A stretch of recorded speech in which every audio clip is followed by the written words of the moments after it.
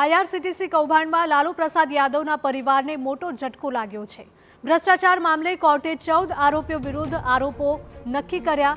લાલુ પ્રસાદ યાદવ, રાબડી દેવી, તેજસ્વી યાદવ પર ચાલશે કેસ। આ ભ્રષ્ટાચારનો મામલો આરોપીઓની દલીલથી સહમત નહીં હોવાનું કોર્ટે અવલોકન કર્યું છે। લાલુ પ્રસાદ યાદવની તમામ ટેન્ડરમાં હતી દખલગીરી। સીબીઆઈ દ્વારા કોર્ટમાં તમામ પુરાવાઓ રજૂ કરાયા। કોર્ટે માન્યું લાલુ પ્રસાદ યાદવની જાણકારીમાં ભ્રષ્ટાચારનું ષડયંત્ર રચાયું હતું અને લાલુ પ્રસાદ યાદવ અને પરિવારે તમામ આરોપોને નકાર્યા છે।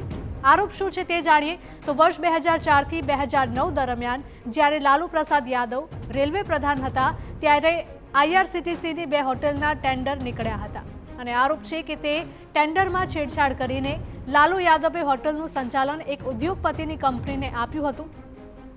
એટલું જ નહીં, તેમના કાર્યકાળ દરમિયાન બિહારના લોકોને મુંબઈ, જબલપુર, કોલકાતા, જયપુર તેમજ હાજીપુરમાં ગ્રુપ ડી પોસ્ટ માટે નોકરી અપાઈ હતી અને તેના બદલામાં નોકરી મેળવનારાઓએ લાલુ યાદવના પરિવારજનોને પોતાની જમીન આપ્યાનો આરોપ છે।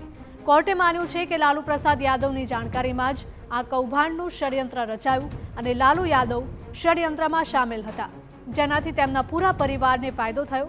રાબડી દેવી અને તેજસ્વી યાદવને ખૂબ ઓછી કિંમતમાં જમીનો મળી હતી।